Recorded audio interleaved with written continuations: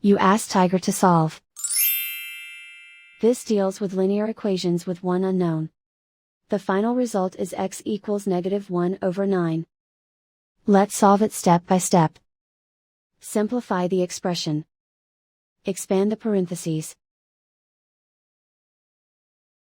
Group like terms.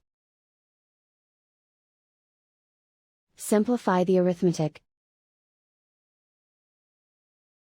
Group all constants on the right side of the equation.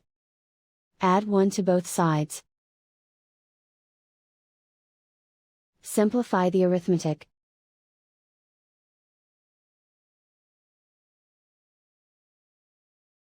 Isolate the x.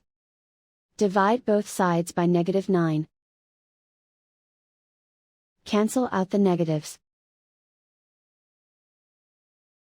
Simplify the fraction. Move the negative sign from the denominator to the numerator.